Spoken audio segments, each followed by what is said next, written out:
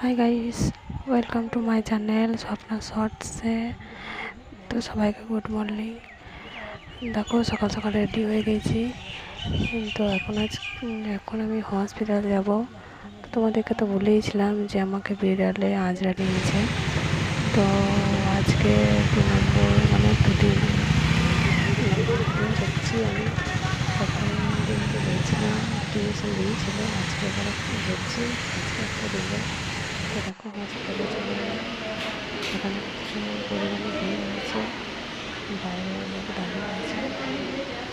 তো আমি দাঁড়িয়ে নাই, শরীরটা খারাপ করছিল, ওই জন্য বসে আছি। তো দেখো কত ভিড় হয়েছে।